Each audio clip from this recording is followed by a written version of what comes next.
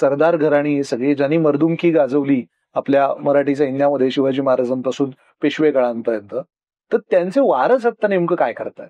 वारसदारांची परिस्थिती म्हणावी इतकी आज चांगली राहिलेली नाहीये. शेती प्रामुख्यानं मराठा समाजाचे असतील तर शेती करतात. काही काही फार गरिबीत जगतात. खरं म्हणजे फक्त हे सांगायला भूषण आहे की आमचे पूर्वज असे होते तसे. आज त्यांची परिस्थिती चांगली नाही. काही काहींची आहे ज्यांनी टिकवून ठेवलं. 2/3 भारतावर प्रत्यक्ष अप्रत्यक्ष मराठ्यांची सत्ता होती. शेवटही इंग्रजांशी सर्वाधिक संघर्ष मराठ्यांनी केला.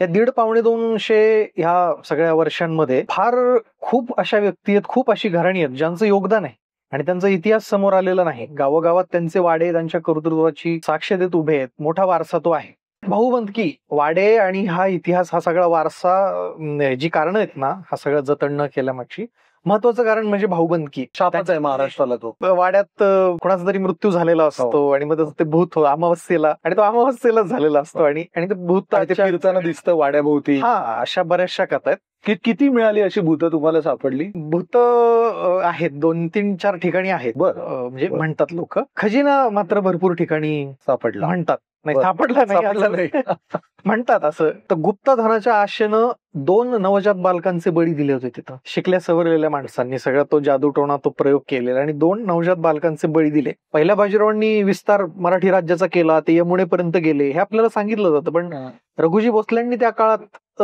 बिहार, बंगाल, ओरिसापर्यंत मराठी राज्य नेलं. मग कलकत्त्याला मराठा डीच आहे. मुळात खरं सांगू का, बऱ्याच घराण्यांना त्यांचा इतिहास माहिती नाही. वस्तुनिष्ठ काहीच नाही, फक्त दंतकथा आणि आख्यायिका. पण त्यांच्याकडे कागदपत्र नाहीत काही, फार कमी घराण्यांकडे. नगर जिल्ह्यामध्ये राहत्याजवळ, शिर्डीजवळ पुणतांबा नावाचं गाव. पुणतांबा, बरोबर. गोदावरी काठची ती जुनी नगरी, स्तंभ त्याचं जुनं नाव. एकाच त्या गावामध्ये 50हून जास्त वाडे आहेत, एकाच गावात.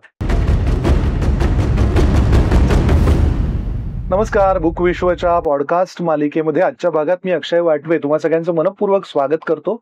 आज एका इंटरेस्टिंग विषयावरती गप्पा मारायला सुमित डेंगळे माझ्या बरोबर आहेत.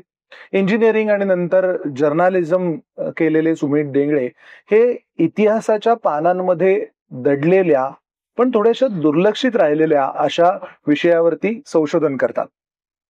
जवळजवळ 200-250 वर्ष ज्या वास्तू ऊन, वारा, पाऊस झेलत दिमाखात उभ्या आहेत पण दुर्लक्षित आहेत, अशा वास्तू म्हणजे सरदार घराण्यांचे वाडे. आपल्याला वाडा म्हटल्यानंतर शनिवार वाडा माहिती असतो पुणेकरांना विशेषतः, किंवा अजून एक मोजके 3-4 वाडे आपल्याला माहिती असतात जे इतिहासाची साक्ष देत उभे असतात. पण सुमितने उत्तर अहिल्यानगर या जिल्ह्याच्या परिसरात असलेले जवळजवळ 50-55 वाडे स्वतः फिरून पाहिले, त्याविषयी संशोधन केलं आणि मग त्यातून साकारलं एक अत्यंत ऐतिहासिक दृष्ट्या संदर्भ म्हणून महत्वाचं असं पुस्तक, ज्याचं नाव आहे ऐतिहासिक वाडे व घराणे. पुस्तकाच्या नावावरून तुमच्या लक्षात आलं असेलच की यात फक्त वाड्यांविषयीच्या गोष्टी नाही आहेत, तर घराण्यांचे किस्सेही त्यामध्ये आहेत किंवा इतिहासातले संदर्भही आहेत. तर या अशा विस्तृत विषयावरच्या अतिशय सघन पद्धतीने साकारलेल्या पुस्तकाविषयी गप्पा मारण्यासाठी आज आपण इथे जमलो आहोत. तर मी सुमितचं बुक विश्वच्या पॉडकास्टमध्ये मनपूर्वक स्वागत करतो. नमस्कार सुमित. सामान्यतः आजकालची जी पद्धत आहे किंवा ज्याला आपण म्हणू ट्रेंड आहे, तो ट्रेंड असा आहे की इतिहासामध्ये गडकिल्ले भटकायला लोक जातात किंवा पेशवे दप्तराचा अभ्यास करण्यामध्ये रस असतो किंवा बखरींचा अभ्यास करण्यामध्ये रस असतो किंवा शिवकालीन संभाजी महाराजांच्या काळातला इतिहास उलगडण्याचा, समजून घेण्याचा कल मुलांमध्ये बऱ्याच प्रमाणात दिसतो. असं असताना जर्नालिझमच्या डेझर्टेशनचा म्हणजे फायनल सबमिशनचा विषय म्हणून हे ऐतिहासिक वाडे निवडावेत, ही कल्पना कशी सुचली? मुळात माझं गाव हे संगमनेर जवळचं निमगाव जाळी आणि आमच्या घराण्यालाच इतिहास आहे. डेंगळ्यांना, डेंगळे घराण्यातले त्रिंबकजी डेंगळे हे उत्तर पेशवाईत श्रीमंत दुसऱ्या बाजीराव पेशव्यांचे दिवाण होते आणि एक फार मोठा संघर्ष त्यांनी इंग्रजी सत्तेविरुद्ध केला होता मराठ्यांची सत्ता वाचवण्यासाठी. तर गावात त्यांचा वाडा आहे, त्यांनी बांधलेल्या काही वास्तू आहेत आणि खूप मोठा इतिहास आहे. झेप नावाची नासा इनामदारांची कादंबरी त्यांच्यावर आहे. इथे पुण्यात डेंगळे पुले ना आपला तो सगळा, तर ते कॉर्पोरेशन कडून पण माहिती काही नव्हती गावात. आमच्या घरच्यांना सुद्धा फक्त मौखिक, गावातल्या लोकांना सुद्धा माहिती होती फक्त ऐकलेलं, दंतकथा आणि आख्यायिकांनाच आपण तो इतिहास समजतो. मग मग म्हटलं हा माहिती नाही लोकांना इतिहास. मग पुण्यात आल्यावर सगळ्या त्या ऐतिहासिक साधन ग्रंथांचा अभ्यास, सगळ्या समकालीन साधनं ती काय असतात ती कळाली. आणि मग बरचसं त्र्यंबकजींवर आजवर मी लिहिलं, बोललं. पण तेव्हा मला असं कळलं की या सरदार घराण्यांचा इतिहास समोर आलेला नाही. असे किती असतील, भरपूर असतील घराणी, म्हणजे वाडे. जे स्वराज्याचे पाईक हो. आणि स्वराज्य उभं करण्यासाठी आपलं रक्त सांडलं, त्यांची अशी सविस्तर नोंद किंवा दखल फारशी घेतली गेली नाही. शिवाजी महाराजांनी राज्य स्थापन केलं 17व्या शतकात मराठ्यांचं. 18व्या शतकात त्याचा विस्तार झाला. 2/3 भारतावर प्रत्यक्ष अप्रत्यक्ष मराठ्यांची सत्ता होती. शेवटही इंग्रजांशी सर्वाधिक संघर्ष मराठ्यांनी केला. या 150-200 ह्या सगळ्या वर्षांमध्ये फार खूप अशा व्यक्ती आहेत, खूप अशी घराणी आहेत ज्यांचं योगदान आहे आणि त्यांचा इतिहास समोर आलेला नाही. गावोगावात त्यांचे वाडे त्यांच्या कर्तृत्वाची साक्ष देत उभे आहेत. मोठा वारसा तो आहे आणि फार कोणी लिहिलेलं नव्हतं. मग मी काय केलं की आमच्या आसपासच्या गावांमधले वाडे अशी घराणी बघायला सुरुवात केली आणि त्यांची संख्या खूप वाढायला लागली.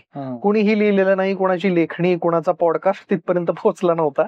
म्हटलं हा विषय खूप चांगला आहे. मग अभ्यास सगळा टिपणं काढणं चालू होतं. मग जर्नलिझमला पुणे युनिव्हर्सिटीत मास्टर्स करताना मी विषय निवडला की उत्तर नगर जिल्ह्यातील ऐतिहासिक वाड्यांची सद्यस्थिती.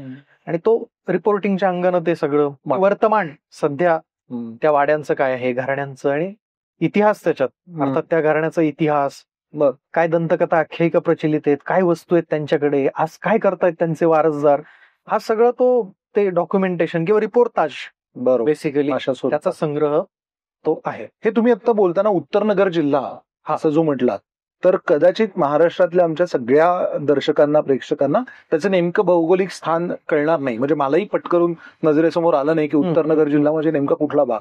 तर ते जरा अजून नेमकेपणाने सांगणार, म्हणजे कुठून कुठपर्यंत एरिया काय. महाराष्ट्रात वाडे आणि घराण्यांची संख्या खूप आहे, त्याच्यामुळे मी एक भौगोलिक क्षेत्र निवडणं हे होतं. म्हणजे आता काहींना असं वाटेल की ते फक्त मग नगर जिल्ह्याचा इतिहास आहे, आम्ही का ते पुस्तक वाचायचं, तर असं अजिबात नाही. कारण ही सरदार घराणी जी आहेत ती मराठेशाहीत कर्तृत्व केली अशी 25हून अधिक सगळी आहेत. बरोबर. पुस्तकाची सुरुवात होते मानकोजी हातोंड्यांपासून. त्यांचं गाव तिथे आहे. शिवाजींचे पहिले सरसेनापती, मार्गदर्शक, ज्यांनी बाल शिवबाला सगळं ते मार्गदर्शक म्हणून लाभले. आणि शेवट होतं त्र्यंबकजी डेंगळे, दुसऱ्या बाजीराव पेशव्यांचे दिवाण. अशी 25-30हून अधिक घराणी आहेत. हा, उत्तर नगर जिल्हा म्हणजे नगर जिल्ह्याचे 2 भाग पडतात, एक उत्तर आणि दक्षिण. तर उत्तर नगर जिल्हा म्हणजे नगर जिल्ह्यातले अकोले, संगमनेर, राहाता, राहुरी, श्रीरामपूर, कोपरगाव आणि नेवासे हे 7 तालुके.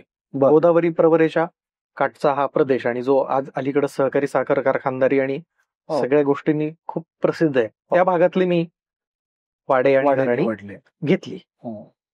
पण हे जर्नलिझमला जायच्या पूर्वी तुम्ही फिरला होतात या भागांमध्ये आधी, की या निमित्ताने मग फिरणं अजून डिटेल झालं? त्याच्या आधीपासूनच, खरं तर जर्नलिझमच्या आधीपासूनच प्रोजेक्ट निवडण्याचं तेच कारण होतं ना, की बरंचसं मला सापडायला लागलं आणि ते अनएक्सप्लोर्ड सगळं होतं. आमच्या गाईडशी चर्चा केली, असं करता येईल का? ते म्हणले चांगला विषय आहे, नवीन आहे आणि खूप असते. नंतर त्याचा पैस खूप विस्तारला, घराणी मिळत गेली आणि काही घराण्यांचा इतिहास खूप इंटरेस्टिंग आहे. खूप मला उत्सुकता आहेच. म्हणजे अशा प्रकारे वाड्यांमधून फिरत असताना एक आपल्यावरती सगळ्यांवरती कथा, कादंबरी आणि टीव्हीचे फार संस्कार आहेत. तर अशा वाड्यांमधून फिरताना गुप्तधन किंवा अशा लपवलेल्या गोष्टी किंवा असं काहीतरी इंटरेस्टिंग, त्याच्या पाठीमागची मिस्ट्री, असं काहीतरी नजरेसमोर येतं. तर तसं तुमच्या या शोधयात्रेमध्ये तुम्हाला काही सापडलं का? हो, अनेक ठिकाणी महाराष्ट्रात आपण बघतो वाड्यांमध्ये खजिना आहे, खूप काहीतरी धन आहे, तळघरात फार सोनं नाणं भरपूर आहे तळघरात असं म्हटलं जातं. आणि त्या भाकड सगळीकडेच प्रचलित आहेत, त्या नुसत्या नगरमध्येच नाही, त्या सगळीकडे आहेत. आणि बऱ्याचदा कुणीतरी वाड्यात कोणाचा तरी मृत्यू झालेला असतो आणि मग ते भूत अमावस्येला, आणि तो अमावस्येलाच झालेला असतो आणि ते भूत फिरताना दिसतं वाड्याभोवती. अशा बऱ्याचशा कथा आहेत. किती मिळाली अशी भूत तुम्हाला सापडली? भूत आहेत 2-3-4 ठिकाणी आहेत. म्हणजे म्हणतात लोक. खजिना मात्र भरपूर ठिकाणी सापडला म्हणतात. नाही, सापडला नाही म्हणतात. असं नाही, असं असणं शक्य नाहीये. त्या सगळ्या अफवाच आहेत, खरं म्हणजे सगळ्या गैरसमजुतीच त्या आहेत. वाड्यांमध्ये काय खजिना आहे, तो वाडा आणि तो इतिहास म्हणजेच खजिना आहे ना, वारसा हा खजिनाच आहे आपला. काय होतं, ते तळघर वाडे वापरात होते गेल्या शतकापर्यंत, हळूहळू त्यांचा वापर कमी झाला ना. म्हणजे भरपूर वाड्याला मालक आणि त्या भरपूर हिस्से झाले, वाडे पडले, आपण सगळ्या बंगला अपार्टमेंट संस्कृतीकडे वळालो आणि वाडे बंद झाले, वाड्यातली तळघर बंद झाली आणि मग त्या ह्या सगळ्या कथा सगळ्या यायला लागल्या की ते धन असं बळी मागतं. आणि एक ठिकाणी अशी घटना घडली, मगाशी मी माणकोजी हो. दातोंडेचं नाव घेतलं, त्यांचं हो. गाव म्हणजे नेवासे तालुक्यातलं चांदा. बर. तर गुप्तधनाच्या आशेनं 2 नवजात बालकांचे बळी दिले होते तिथं.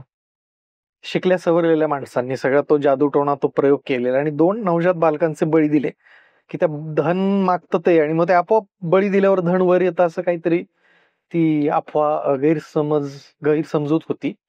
ते काही धनही नाही मिळालं.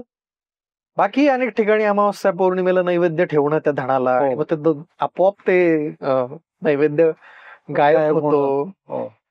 असं खूप आहे इंटरेस्टिंग. काय काय धन आहे ते सुद्धा एक ठिकाणी मला सांगितलं बर. की हिरे मोती माणकं आहेत, किती सोनं आहे, काय आहे, त्याच्यामध्ये लक्ष्मीची प्रतिमा आहे, लक्ष्मीच्या नाकात नथ आहे, नथीत हिरा आहे, हिऱ्याचा आकार कसा आहे. म्हटलं हे कसं माहिती? ते म्हणले आमच्या आजोबांना स्वप्न पडलं होतं, आणि त्यांनी असं असं सांगितलं होतं, पण बघितलं कोणी नाही. आणि हे त्यांचे वंशज सांगणारे. हा, सांगणारे सगळे वंशज. आता आमच्या त्र्यंबकजी डेंगळ्यांच्या वाड्यातलं तळघरामध्ये काही 2-3 लोक, उत्साही कार्यकर्ते, ते उतरले होते. पण मिळालं त्यांना 2 तलवारी सापडल्या. बर. तलवार, दानपट्टा सापडलं. आतमध्ये एक रूमच अशी सगळी ती होती, दगडी फरसबंदी, आणि ठिकठिकाणी कोणाडे काढलेले होते. गार वाटतं पण. हो.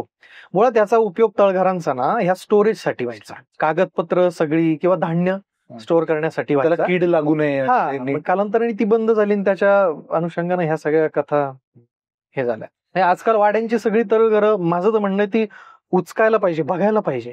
त्याच्यामध्ये काही स्टोरेज म्हणजे बरं हे सापडू शकतं ना, कागदपत्र असतील तर त्याच्यात इतिहास आहे, वस्तू सापडू शकतात, शस्त्र, नाणी, अजून काही बाकी सगळ्या सागवाणी, त्या अँटिक्विटीज, त्यांचा किती महत्वाच्या आहेत. मोठा संदर्भ सापडू शकतो. एखादा काय म्हणू, गाडलं गेलेलं एखादं तथ्य त्याच्यामुळे समोर येऊ शकतं, किंवा एखादा वेगळा ट्रॅक संशोधनासाठी. त्या अर्थाने खजिना आहे. त्या अर्थाने खजिना आहे. इंटरेस्टिंग. तुम्ही आता बोलता बोलता असं म्हणाल की ह्या काही दंतकथा तुम्हाला वारसदारांकडून कळल्या, किंवा त्यांनी इतर काही अशा गोष्टी सांगितल्या. मला कुतूहल असं आहे की हे जे सरदार घराणी सगळे ज्यांनी मर्दुमकी गाजवली आपल्या मराठी सैन्यामध्ये शिवाजी महाराजांपासून पेशवे काळांपर्यंत, तर त्यांचे वारस आता नेमकं काय करतायत? मी भरपूर आजपर्यंत 50हून जास्त घराण्यांना भेटी दिल्या, चांगल्या चांगल्या सरदार घराण्यांना. वारसदारांची परिस्थिती म्हणावी इतकी आज चांगली राहिलेली नाहीये. आज म्हणजे अनेक जण शेती, प्रामुख्यानं मराठा समाजाचे असतील तर शेती करतात, आणि काही काही फार गरिबीत जगतात. खरं म्हणजे फक्त हे सांगायला भूषण आहे की आमचे पूर्वज असे होते तसे. आज त्यांची परिस्थिती चांगली नाही. काही काहींची आहे ज्यांनी टिकवून ठेवलं, किंवा काहींना मध्ये गरिबी आली आणि आता परत ते शिकवून सवरून असा एक अशी बरीचशी घराणी आहेत. काय झालं, 1818ला पेशवाई संपली, आणि त्याच्यानंतर ह्या सगळ्या सरदार जहागीरदार घराण्यांचं नंतर 1830-31ला इनाम कमिशन आलं. त्याच्यामध्ये बऱ्याचशा इनाम जहागिऱ्या गेल्या. त्यानंतर सिलिंग ऍक्ट, ज्याला कमाल जमीन धारणा कायदा आपण म्हणतो, कुळ कायदे असतील, याच्यामुळे बऱ्याच जणांची परिस्थिती खालावली. पण महत्वाचं कारण आहेत ना, ती म्हणजे पहिली गोष्ट म्हणजे वंश विस्तार किंवा निर्वंश. आता काही ठिकाणी बघायलाच कोणी नाही राहिला, अक्षरशः काही सरदारांचा वंश नाहीये, त्यांच्या प्रॉपर्टीज वाडा सगळा गेला. तर काही ठिकाणी वारसदार फार आहेत. ज्यांनी कर्तृत्व गाजवलं सरदार तो होता साधारणतः 2-3 शतकांपूर्वी. आज त्याचे वारसदार फार आहेत, 100हून जास्त आहेत. मग त्या वाड्यात हिस्से किती, काय किती, जमिनी किती, त्याला होत्या 400 एकर जमिनी, यांना 4 एकर जमिनी आहेत. पण लिहितात मस्त लग्नपत्रिकेत सरदार, जहागीरदार, इनामदार आडनावाच्या पुढे ती. आणि अजून त्या तोऱ्यातनं बरीच जण बाहेर आलेली नाहीयेत. आणि त्यांच्यामध्ये भांडण आहेत पुन्हा. हा भाऊबंदकी, वाडे आणि हा इतिहास, हा सगळा वारसा, जी कारणं आहेत ना हा सगळं जतन न केल्यामागची, महत्वाचं कारण म्हणजे भाऊबंदकी. शापच आहे महाराष्ट्राला तो. सगळे वाद. आणि काही घराण्यांची आहे परिस्थिती चांगली, पण तो वारसा जतन करण्याचा दृष्टिकोन नाही, ती मानसिकता नाही, असं बऱ्याच ठिकाणी आहे. अशी हृदयस्पर्शी आठवण या सगळ्या तुमच्या सफरीमध्ये तुम्हाला लाभली, किंवा असे कोणी वंशज भेटले की ज्यांना बघितल्यानंतर तुम्हाला कृतकृत्य वाटलं बुवा, किंवा अशी काही मेमोरेबल एखादी गोष्ट आहे शेअर करता येईल? ऍक्च्युली भरपूर आहे. नेवासे तालुक्यामध्ये कुकाणा नावाचं गाव आहे. कुठलं? कुकाणा नावाचं गाव. कुकाणा. तिथं नेवासे परगण्याच्या देशमुख घराणं जे आहे त्यांच्यातले ऍडव्होकेट देसाई आबासाहेब देशमुख म्हणून एक गृहस्थ आहेत. त्यांनी सगळं जतन केलेलं आहे. स्वतः ते लॉ लॉयर होते, बॉम्बे हायकोर्टात प्रॅक्टिस करत होते, सोडून ते सगळे इकडे आले आणि तिथला जो साखर कारखाना शिक्षण संस्थांच्या त्या सगळ्या याच्यावरती संचालक वगैरे आहेत, गावात त्यांच्या शाळा वगैरे सगळ्या आहेत. जमीन जुमला फार नातेसंबंध सगळे चांगले आहेत आणि एक अशी फार कमी लोक आहेत पण की ज्यांनी सगळं जतन करून ठेवलंय. ते अभिजन आणि एलिटनेस ज्यांनी जतन केलं अशी फार कमी लोक आहेत. वाईट अनुभव आला? वाईट अनुभव सुदैवानं नाही आला. सुदैवाने नाही आला कुठं वाईट अनुभव. पण काय होतं, काही जण कमी माहिती देतात, काही जण जास्त माहिती देतात. दिशाभूल करण्याचा प्रयत्न झाला. हा, जो तो आपल्याला अनुकूल इतिहास सांगतो असं थोडाफार प्रयत्न थोडेफार झाले. पण मी जे माझ्या पुस्तकामध्ये 100 संदर्भ ग्रंथ अस्सल साधनांवर आधारित आहे तो ग्रंथ. त्यांनी भले काही सांगू देत पण आपण सगळ्या समकालीन साधनांतून इतिहास तो लिहिलेला आहे ना सगळा. मुळात खरं सांगू का, बऱ्याच घराण्यांना त्यांचा इतिहास माहिती नाही. वस्तुनिष्ठ काहीच नाही, फक्त दंतकथा आणि आख्यायिका. पण त्यांच्याकडे कागदपत्र नाहीत काही? फार कमी घराण्यांकडे आहे, जतन करून कुलवृत्तांत किंवा असं काही नाही. हा, ते मोडी कागदपत्र आहेत ना बऱ्याच जणांकडे. दप्तर पडली आहेत, काही धूळ खात पडली आहेत, पावसाचा सामना करत पडली आहेत. पण ती फार थोड्या घराण्यांकडे. बाकीच्यांकडे असतील किंवा दाखवायची पण मानसिकता बऱ्याच जणांची नाही. त्याच्यातून काही आपलंच काळबीर समोर येत आहे का? अरे आपण पत्र द्यायचो डेंगळ्यांना, अरे डेंगळे म्हणायचे याच्यात लिहिलंय तुमचं घराणं शिवाजी महाराजांच्या विरुद्ध होतं, मुघलांकडनं होतं, तर झाली का पंचायत? म्हणून ती दाखवत नाहीत लोक. असंही आहे. जे एक वेगळाच अहंकार, वेगळाच स्वाभिमान याच्या भोवती आहे बांधून ठेवलेला. हो, तुम्ही स्वतः डेंगळे घराण्याचे वंशज आहात.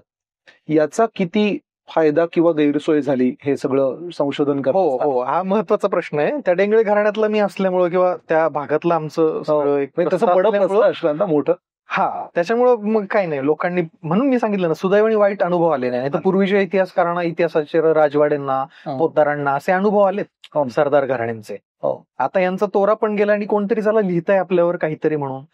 अनेक जणांनी माहिती दिली नाही आणि आता पुस्तक आल्यानंतर ते सगळं कळायला लागलं. मग तेव्हा कळलं नाही काय, हे 26-27 वर्षांचं पोरग हे काय करतंय. आता मग आमचं टाका, दुसऱ्या आवृत्ती सुधारणा करा, आमच्याकडे नाणी आहे ती तुम्हाला दाखवायची राहिली, आमच्याकडे अमकं आहे तमकं. त्यावेळेस नाही सांगितलं, आता काय. पण अशी नाणी, भांडी वगैरे बघायला मिळाली जुनी? आहे, कमी ठिकाणी आहेत, पण आहेत, कमिटीकडे आहेत.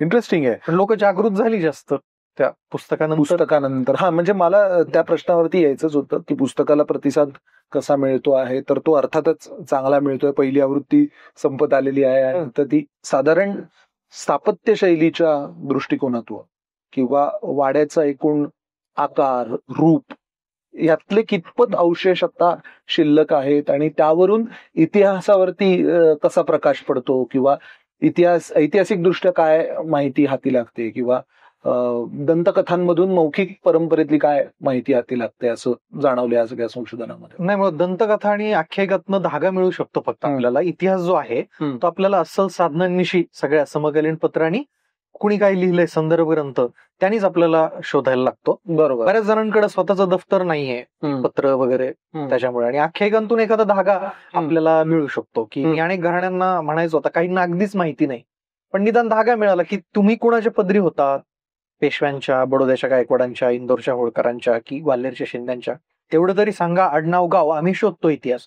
पण अनेकांना बेसिक मूलभूत सुद्धा माहिती सगळी नाही. आणि वाड्याचं तुम्ही म्हणालात तर आर्किटेक्चर, खरं म्हणजे सुस्थितीत असणाऱ्या वाड्यांची संख्या महाराष्ट्रात कमी आहे आणि ती दिवसेंदिवस कमी होत जातीये.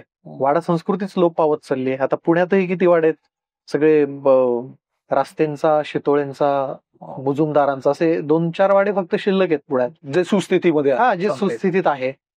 काय झालं, महाराष्ट्रात 1818 नंतर पेशवाई संपली आणि मी मगाशी सांगितलं सगळी घरघर लागली. त्याच्यामुळं परिस्थिती अनेकांची. पण इंदोर, ग्वाल्हेर, बडोदा ही जी होती, ही संस्था नव्हती. त्यांच्या पदरी जे सरदार आहेत त्यांच्या प्रॉपर्टीज मात्र चांगल्या आहेत. त्यांच्या परिस्थिती अजून, कारण 1947 पर्यंत ती संस्था नव्हती ना. त्याच्यामुळे ते आणि त्यांच्या सरदारांच्या, सगळ्या सरदार मानकऱ्यांचा अजून मोठेपणा टिकून आहे.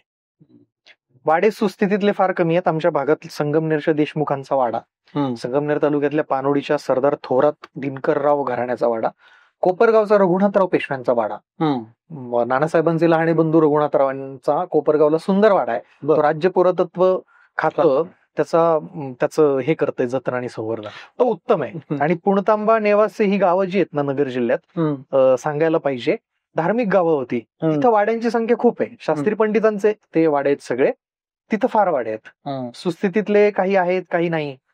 पण ते दर्शनी भाग तरी अनेकांचा खूप येतो. रस्त्यानं चालताना वगैरे आपल्याला त्या 18व्या शतकाची अनुभूती येईल इतकं आहे. घाट येईल असं घाट, मंदिरं, वीर बारवा, गावकूस, समाध्या, छत्र्या, बरं. म्हणजे हे सगळं पाहिल्यानंतर एक तत्कालीन समाज रचना पण कळत असेल ना, कशी असेल ती त्यावेळेची, गावागावांमधली व्यवस्था कशी असेल हेही कळत असेल. वाडा, बारवा, घाट, मंदिरं हे सगळं पाहिलं. अगदी.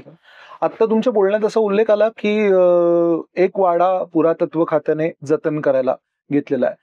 खरं तर हे सगळे सरदारांचे वाडे म्हणजे हा ऐतिहासिक ठेवा आहे. तर यात जतन करण्यामध्ये कुठल्या अडचणी आहेत, सरकारचा किती सहभाग आहे, त्याविषयी तुम्ही काही माहिती मिळवली आहे का? आता काय होतं की इतर ऐतिहासिक वास्तू ज्या आहेत, गड किल्ले, मंदिरं, ह्या सगळ्या सरकारी मालकीच्या आहेत. वाड्यांच्या बाबतीत असे की ते खासगी मालकीचे आहेत. बर. तो जतन आणि संवर्धन होण्यासाठी त्या घराण्यांचं, ते त्यांची प्रायव्हेट प्रॉपर्टी आहे ना ती. त्यांनी ठरवलं तर ते त्याच्यावरून बुलडोजर पण चालवू शकतील किंवा ते जतन आणि संवर्धन उत्तम प्रकारे पण करू शकतात. चांगलं सुंदर. हे त्यांच्या मानसिकतेवर अवलंबून आहे, पहिली गोष्ट. आणि अनेकांची परिस्थिती आज चांगली नाहीये. हिस्से खूप आहेत वाड्यात. मी मगाशी म्हणालो की मालक खूप आहे. एखाद्याला असतो इतिहासाप्रती आवड, एखादा असतो आमच्यासारखा वेडा, पण बाकीच्या सगळ्यांना त्याला पाठबळ देण्यापेक्षा ते त्याचे पाय ओढायचं काम करतात बऱ्याच ठिकाणी. आणि सरकारी मालकीचे जे वाडे आहेत ना, काही आहेत म्हणजे जे पेशव्यांचे होते ते नंतर ब्रिटिश गव्हर्नमेंटकडे आले. मी मगाशी म्हटलं ना, कोपरगावचा रघुनाथराव पेशव्यांचा वाडा, पुण्याचा आपला शनिवार वाडा किंवा विश्रामबाग वाडा, नाशिकचा सरकार वाडा, हे सरकारी मालकीचे आहेत आणि ते स्टेट प्रोटेक्टेड मॉन्युमेंट आहे आणि त्याचं उत्तम प्रकारे शास्त्रीय संवर्धन हे सरकार करतंय. पण खासगी वाड्यांचं काय, सरदार घराण्यांच्या वाड्यांचं काय, ज्याच्या मागे मोठा इतिहास आहे. त्या दगडविटांनी तो इतिहास पाहिलाय सगळा.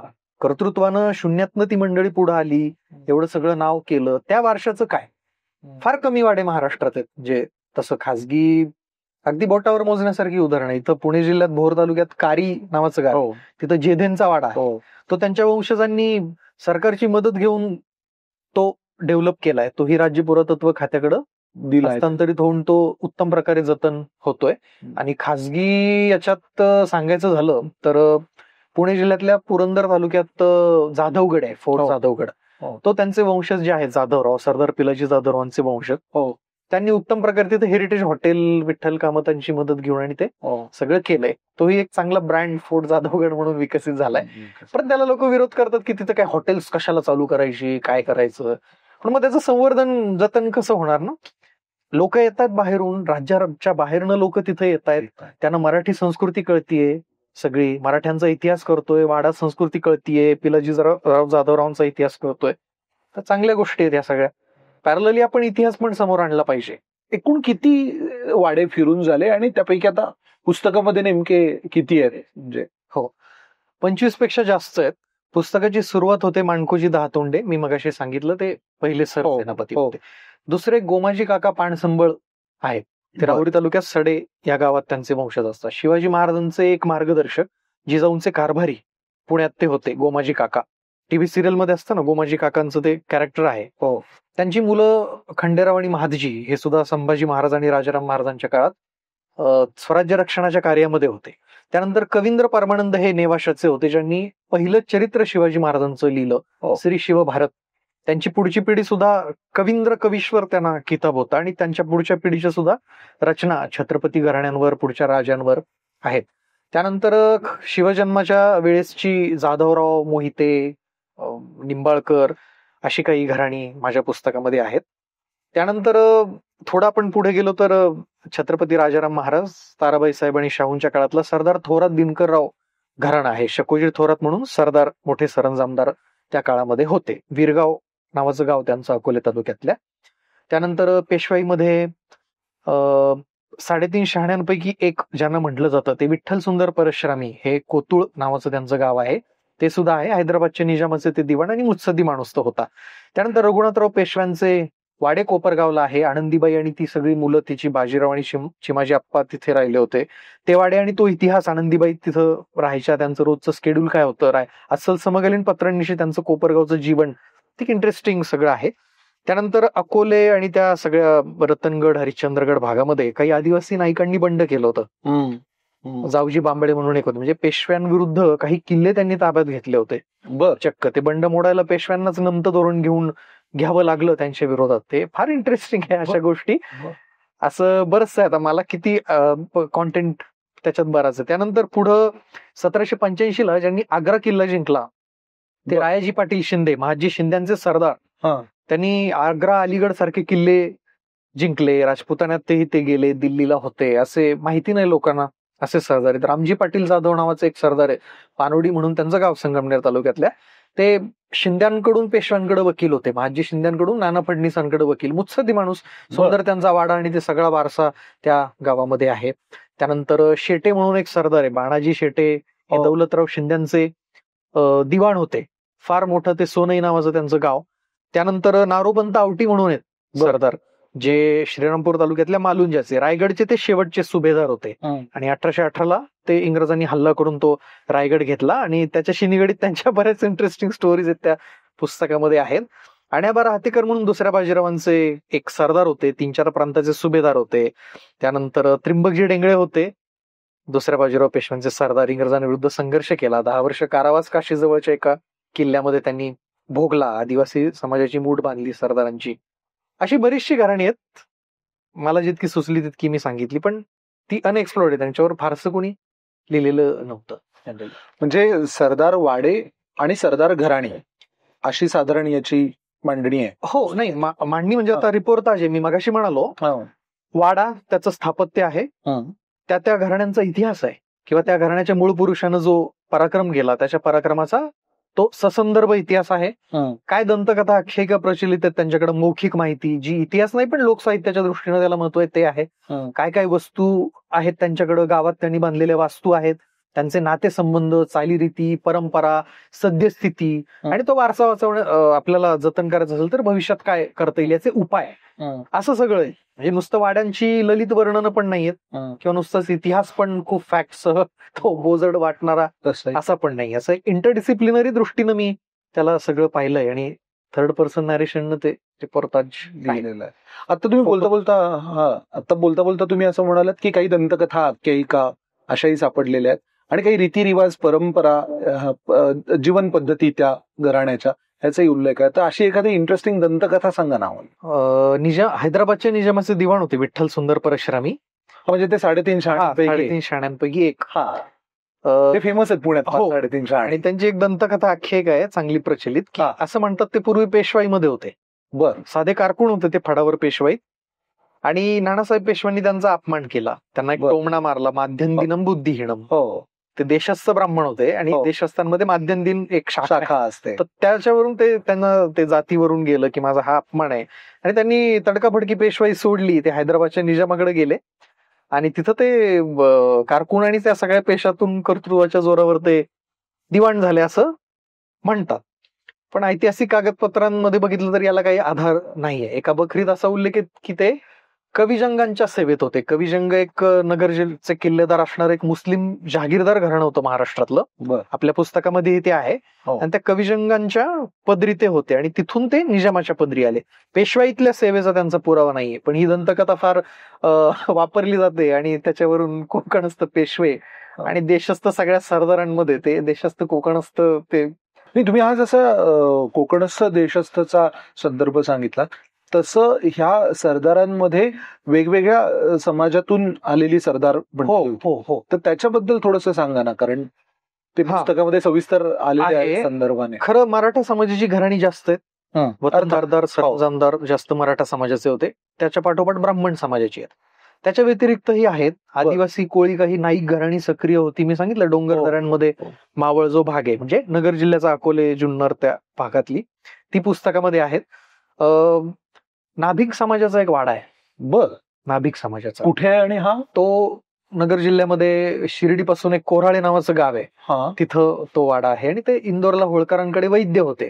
कुठला तरी माणूस त्यांनी बरा केला होळकरांचा, म्हणून इंदोरच्या होळकरांनी त्यांना ते वाडा बांधून दिला, इनाम सगळं दिलं, आणि तो सुंदर वाडा त्यांचा आहे. 1-2 साईबाबांच्या चित्रपट मालिकांच्या शूटिंग मध्ये तो वाडा पण अजून तो पूर्ण अवस्थेत बघायला पडलाय. पडायला. बाहेरचा दर्शनी भाग आहे, आतले चौक वगैरे सगळे पडलेत. पण विचार करा ना, नाभिक समाज, भिल्ल समाजाचा एक वाडा आहे, हे ऐकून आपल्याला आश्चर्य. भिल्ल समाजाचा? हो, राहुरी तालुक्यातल्या देवळाली प्रवरा नावाचं गाव आहे. बर. तिथं भिल्ल समाज फार सक्रिय होता आणि हे काहीतरी हे नाईक वगैरे होते लष्करात काहीतरी, तर त्यांचा वाडा आहे भिल्ल समाजाचा वाडा.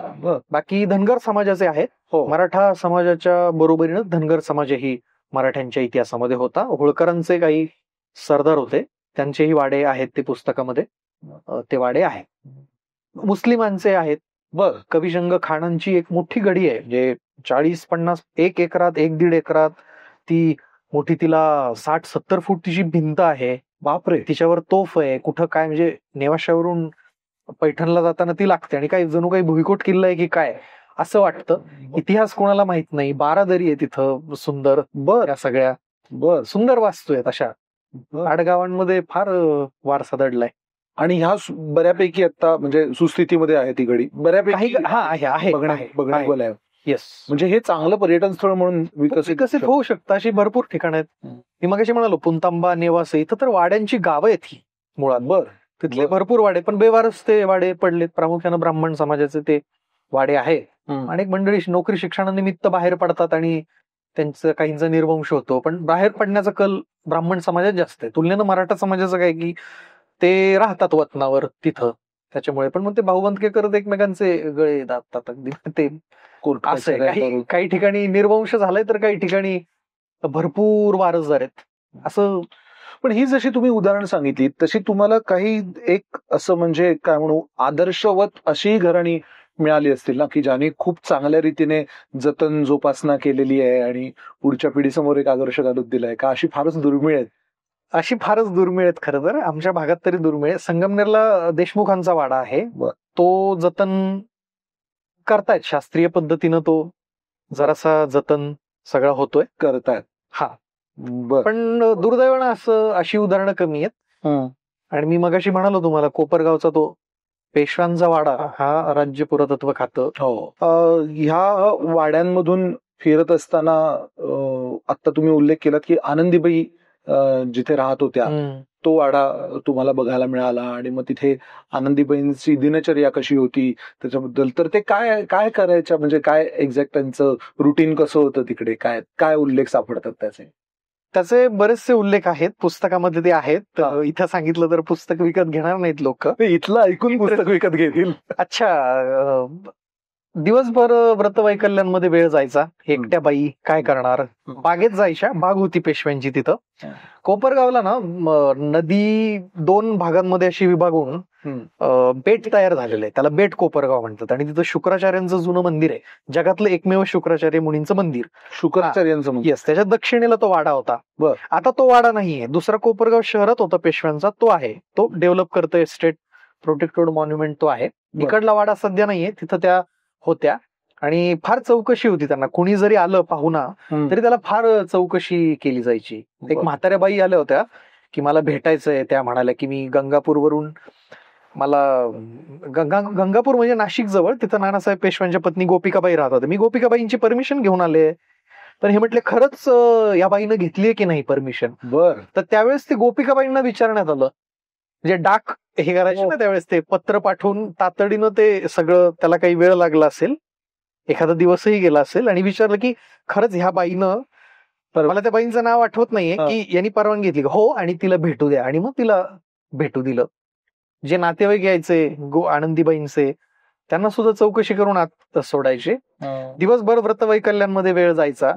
आणि आनंदीबाईंचे जे त्या पहाऱ्यावर लोक ठेवली होती, काही 3 मुख्य अधिकारी होते. एक ओक होते, एक सहस्त्रबुद्धे आणि एक, मला त्यांचं नाव आठवत नाही, अशी 3 जण होती.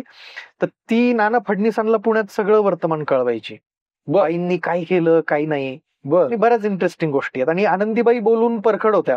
तर त्या काय बोलायचे ते टोमणे सुद्धा ते लिहून पाठवायचे. गोपिकाबाईंना फार टोमणे आनंदीबाईंनी मारलेले आहेत की बाईची सराफी बुद्धी आहे. अच्छा. सराफी बुद्धी म्हणजे सोनार तो, बरोबर, ते बारीक काम काढणारी अशी. तिनं माधवरावाला छान ती शिकवत होती तिच्या मुलाला बऱ्याचशा गोष्टी, असे डावपेच वगैरे तिनं, अशा बऱ्याचशा गोष्टी आहेत त्याच्यात. आणि हे सगळं त्या तिथे वाड्यात राहून चाललेलं होतं. त्या वाड्यात राहून चाललेलं होतं. सुदैवानं ती पत्र प्रकाशित आहेत आणि त्या समकालीन पत्रांशी मी ते सगळं इंटरेस्टिंग. आणि आता तिथे आता कोण राहत आहे त्या वाड्यामध्ये? नाही, तो वाड्याच गंमत आहे. तो वाडा इंग्रज काळामध्ये 1818 पेशवाई संपली, एक 10-20 वर्षात त्याचा लिलाव करण्यात आला. अच्छा. मग त्याचे दगड कोणी नेले, त्याचं दार कोणी नेलं, त्याचा सागवान कोणी नेला, तो 3-4 ठिकाणी वाडा आहे. म्हणजे त्या वाड्याच्या वस्तू अवशेष. 3-4 ठिकाणी जाऊन पाहिल्या.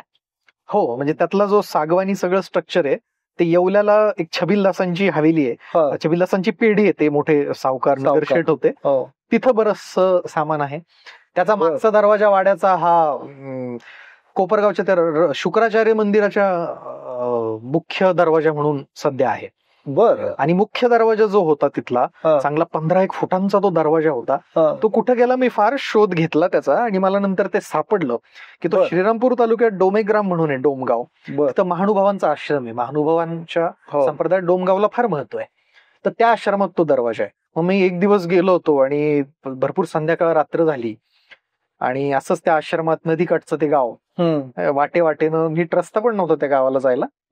आणि मग तिथं ते आम्ही विचारलं सगळ्या त्या तिथल्या त्या साध्वी वगैरे त्या होत्या. त्यामुळे काय लागतंय तुम्हाला असं तसं, ते आम्ही दर्शन वगैरे घेतलं. म्हटलं आम्हाला दरवाजा बघायचा आहे. तुम्ही दरवाजा कसला, दरवाजा बघायला आलात का? हा बघा दरवाजा. म्हटलं हा नवीन आहे, नवीन बांधकाम झालंय. म्हटलं त्या बाईला काही कळलं नाही. त्या बाईंना शेजारी कोणतरी होतं, त्याला कळलं की हे काय बघायला आले. तरी यांना बरोबर. ते म्हटले तुम्हाला कसं माहिती, तो जुना दरवाजा होता खरा आपल्याकडे. म्हटलं तो दरवाजा कुठे आहे आता? मला वाटलं त्यांनी तो हे नाही, खाली तळघर आहे, स्टोरेज रूम ठेवलाय त्याच्यात, तो दार आहे, ते दाखवा म्हणाले ते. आणि मग आम्ही मोबाईलच्या टॉर्च लावून त्या बोळात घुसलो, आणि होता तो दरवाजा 12-15 फुटांचा, त्याला 7-8 इंच गजखिळे. बरं. म्हणजे दरवाजा त्याच्या दोन्ही दारांसकट हो. असा पूर्ण दरवाजा आहे, चौकट आणि दरवाजा. हो, आणि कुचीदार टोक आहे. दरवाजात पण दरवाजा आहे छोटा, दिंडी दरवाजा. दिंडी दरवाजा आहे, त्याला साखळ दंड आहेत असा बांधायला. बर. असा मोठा, त्याची जाडी पण अशी चांगली भरपूर आहे त्याची, 10-12 इंचाची अशी. हो, दरवाजा. हो, आणि तो तळघरात आहे तिथं. तो बघून मला अक्षी अशा फार. आणि ते वाड्यातले दगड जे होते, बेटातल्या वाड्यातल्या आनंदीबाईंच्या पेशव्यांच्या, ते मग जोत वगैरे ते सगळं आता तिथं काहीच नाही. तो सापडणं पण अवघड आहे, लोकवस्ती दाट झाली, लोकेशन पण त्याचं तो. हा, पण ते दगड वगैरे नेले लोकांनी बरेचसे त्यांच्या घरात, तिकडं धुणं धुवायला वगैरे. ते घडीव दगड असतात ना.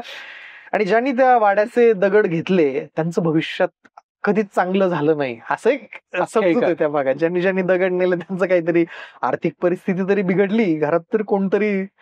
म्हणजे आनंदबाई पेशवे ज्या वाड्यात राहत होते त्या वाड्याचे दगड जे घेऊन गेले, हो, त्यांचं पुढे भलं झालं नाही अशी म्हणतात. आणि असं तिथंच नाही, बऱ्याच ठिकाणी असं म्हणतात की त्याच्यामध्ये त्या जुन्या पूर्वजांचा तो सगळा ते राहिल्यामुळे त्यांचा जीव असतो त्याच्यात. आणि ते वाडे पण काही पिढ्यांनी सोडावेत, ते वाडे पाडून टाकावेत, आपण नव्या घरात जावं, जुन्या वास्तू या शापित असतात, असा एक गैरसमज सगळं आहे. त्याच्यामुळे ही वाड्यांचं जतन न होण्यामागची तीही कारण आहेत. नाही, मला यावरून एक आणखी एक इंटरेस्टिंग प्रश्न आता असा विचारावासा वाटतो की ह्या सगळ्यामध्ये आता जे एक वास्तुशास्त्राचं ट्रेंड आहे, तर त्या वास्तुशास्त्राच्या दृष्टिकोनातून केलेल्या रचना किंवा असं काही वाड्यांचे नकाशे असं काही सापडलं का तुम्हाला? नकाशे नाही, पण वाड्यांच्या ज्या रचना आहेत म्हणून त्या सगळे वाडे सारखेच असतात, पण हवा, पाणी, सूर्यप्रकाश या सगळ्याचं उत्तम मॅनेजमेंट वाड्यांमध्ये होतं. दगड विटांचे ते वाडे फक्त, आणि चुन्याचा वापर केलेला, पांढरी माती. चुना हा उष्णता रोधक आहे, त्यामुळे वाड्यांमध्ये काय होतं की बाहेर थंडी असली की आत उबदारपणा जाणवतो, आणि बाहेर ऊन असलं की आत गारवा जाणवतो. ती एक वेगळीच वाईब आहे अनुभूती. आताच्या चांगल्या इंजिनियर्स, आर्किटेक्टला सुद्धा ते त्याचं गमक कळणार नाही. एक सुंदर वाईब येते वाड्यातल्या चौकामध्ये. चौकाची ती रचना, सूर्यप्रकाश, हवा आणि सगळं पाण्याचं, साऊंडचं उत्तम मॅनेजमेंट केलेलं असायचं. कोणी कोपऱ्यातनं जरी आवाज एखाद्याला आरोळी दिली तरी ती सगळीकडे ऐकू जायची. 2 चौकांचे प्रमुख साधारणतः वाडे महाराष्ट्रामध्ये आपल्याला दिसतात. कशी असते साधारण पूर्ण रचना? म्हणजे मी बाहेरून बघितलं तर ते मला एक काय सिक्युरिटी वॉल दिसते जनरल, आणि मग तिथून पुढे आतमध्ये कशी असते रचना? आतमध्ये गेल्यानंतर दोन्ही बाजूला 2 देवड्या असतात, देवळ्या किंवा डेलज असं सुद्धा त्याला म्हणतात. पहारेकरांच्या बसण्याची ती जागा, तिथूनच वर जाण्यासाठी जिना असू शकतो, वर नगारखाना असतो. म्हणजे दरवाजाच्या एक्झॅक्टली वर जो आहे तो नगारखाना किंवा सज्जा, एक गॅलरी असते. प्रत्येक वाड्यात नगारखाना असेलच असं नाही, सरदारांच्या वाड्यांमध्ये तो असतो. पुढे गेल्यानंतर पहिला चौक वाड्याचा मूलभूत घटक. चौकोनाकृती सगळं ते जोतं किंवा चौथारा जो आहे साधारणतः 5-6 फूट 4-5 फूट उंचीचा तो असतो आणि चहूबाजूंनी त्याला सगळ्या वर छत आणि रिकामा जो भाग असतो त्याला ओसरी म्हणतात किंवा सोपा सुद्धा म्हणतात. भिंत घातली तर त्या खोल्या होतात आणि ती खोल्या किंवा दालनं त्याला म्हणतात. पहिला चौक हा प्रामुख्यानं पुरुषांच्या वापरासाठी, कामकाजासाठी असायचा. दिवाणखाना त्याच्यामध्ये असायचा, बैठकीची खोली असायची, कारकून कुठेतरी हिशोब करत असायचे, फड असायचा. पुढे गेल्यानंतर पुढच्या चौकात प्रवेश आपण करतो. तिथं मधलं जे घर आहे त्याला मधलं घर किंवा माझघर म्हणतात. जेवणाच्या पंक्ती तिथे बसायच्या. आणि पुढचा चौक जो असायचा तो महिलांसाठी असायचा. तिथं स्वयंपाकघर असायचं, कोठीघर, स्टोर रूम, बाळंतिणीची खोली आणि काय बाळंतिणीची वेगळी खोली असायची आणि किचन वगैरे ते सगळं वास्तुशास्त्राच्या यांनीच सगळं केलेलं असायचं. आड असतो वाड्यांमध्ये पाण्याचा विहीर. विहीर. कारण या फॅमिलीतल्या लेडीज कधी बाहेर जात नव्हत्या, तिथं सगळं ते उपलब्ध असायचं.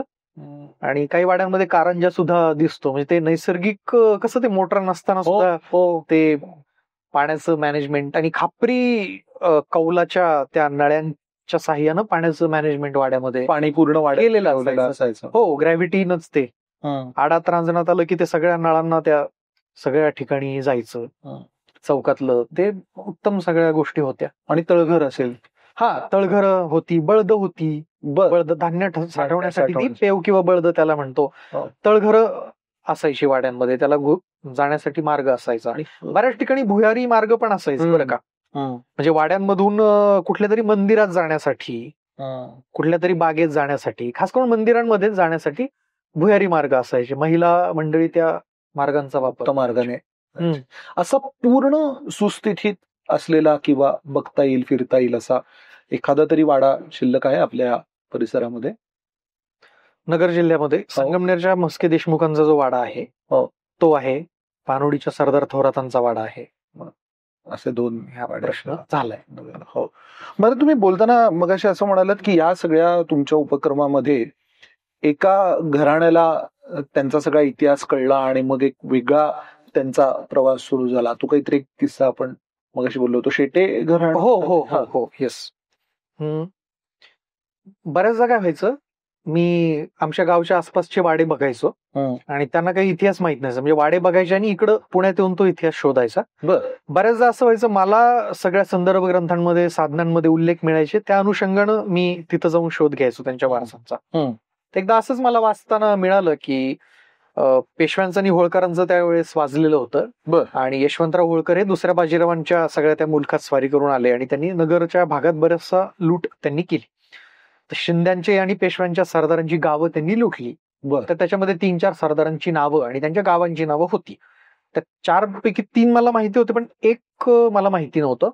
सरदार शेटे, जे बाणाजी शेटे, कृष्णाजी शेटे, हे शिंद्यांचे दिवाण सरदार, त्यांची ती गावं लुटली. मग मला कळलं की आता ती गावं म्हणजे तिथं वाडा आणि सगळं ते असू शकतं. मग मी शोध घेतला की आता त्या गावाचं नाव नव्हतं प्रॉपर, फक्त कुठेतरी त्या नगर जिल्ह्यात त्या राहुरीच्या भागात कुठेतरी होतं. मग मी शेटे आडनावाची लोक कुठे आहेत ते शोधलं, त्याचा शोध घेतला. शनी शिंगणापूर आणि सोनई गावांमध्ये ते शेटे होते. मी दोन्ही गावांमध्ये विचारलं. सोनईमध्ये मी फिरत होतो आणि मी सहज कुणाला तरी विचारलं, गावात शेटे मंडळींचे वाडे आहेत का? एका बाईंना त्यांना फार आश्चर्य वाटलं की तुम्हाला कसं माहिती वाडे? त्यांनी सांगितलं कसं जायचं. छोटं गाव, ते अशी छोटी कौतुकी नदी आहे आणि तिच्या वर खाली वसलेलं 2 गाव, खालची सोनई, वरची सोनई.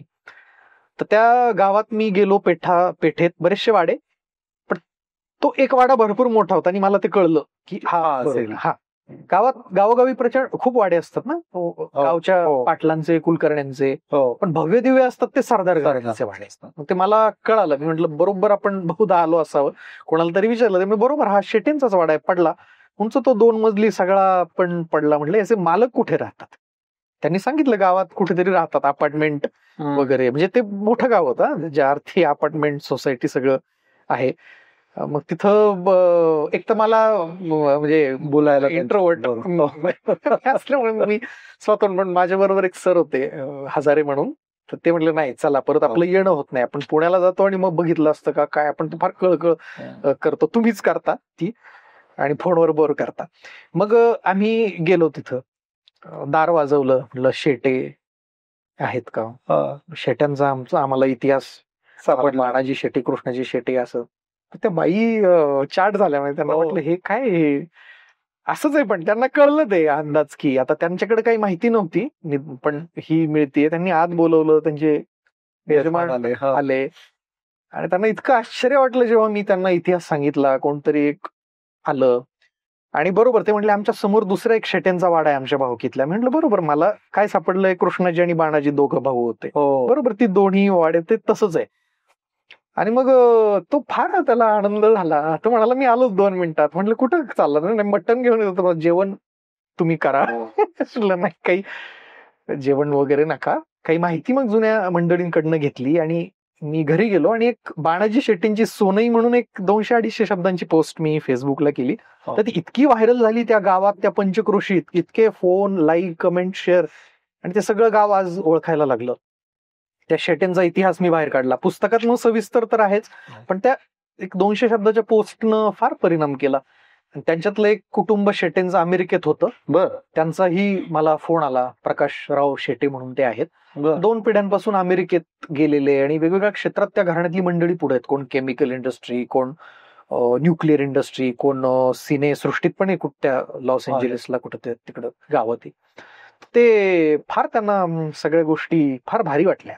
मी त्यांना म्हटलं तुम्ही आता तुमचं घराणं शिकलेले 2 पिढ्यांपूर्वी एक ग्रामीण भागातलं, त्यातल्या त्यात मराठा समाजातलं तुम्ही पुढे, हे तुम्ही लिहा सगळं, तुम्ही जे म्हणताय ते इतिहासाचं मी देतो, पण तुमचं सगळं घराण्याचा इतिहास एक जस्ट म्हटलं तर त्यांनी ते लिहिलं. बर, खूप छान. शेटे घराण्याचा इतिहास किंवा कुलवृत्तांत स्वरूपाचा इतिहास सुंदर आहे ना हे. आपण रिटायरमेंट नंतर काय करावं आपल्याला प्रश्न पडतो. किती छान आहे. आपल्या घराण्याविषयी इतिहास हा काय नुसता सरदारांना, जहागीरदारांनाच असतो असं नाही ना, प्रत्येकालाच इतिहास असतो. फरक काय, कुणाला कमी आहे, कुणाला जास्त आहे, कुणाला आत्ता वर्तमान काळातला किंवा मागच्या 5-7 म्हणजे 4-5 दशकांपूर्वीचा असेल कुणाला हल्ली. त्याचं डॉक्युमेंटेशन आपण केलं पाहिजे ना. आज वर्तमानात आपल्याला त्याची किंमत कळली ना तर आपण भविष्यातल्या पिढीला ते देणार आहे. बरोबर. फार झपाट्यानं बदलतोय वर्तमान, तो धरता येत नाही. आता त्याचं डॉक्युमेंटेशन फार गरजेचं आहे. आणि त्यांनी खूप सुंदर ते पुस्तक सगळं तिथूनच सगळ्यांच्या मुलाखती घेऊन फोन करून त्यांनी इंग्लिशमध्ये लिहिलं आणि त्यांच्या मिसेसनं त्याचा मराठी अनुवाद केलाय.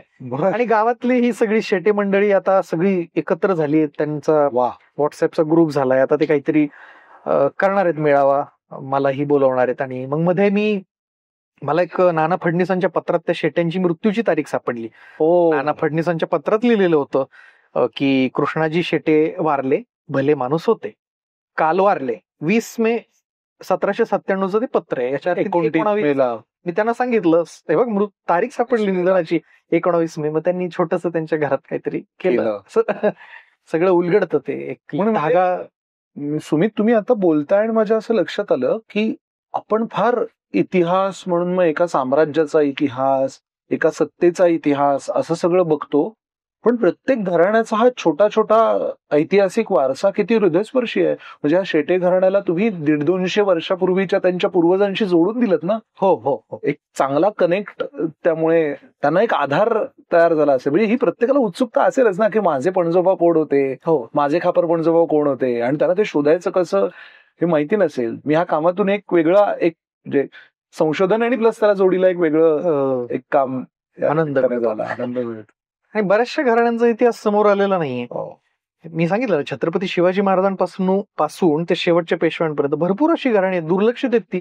आडवाटेवरच्या गावांमध्ये त्यांचे वाडे, त्यांचं सगळं घराणी, यांचा आपण कधी अभ्यास करणार आहोत.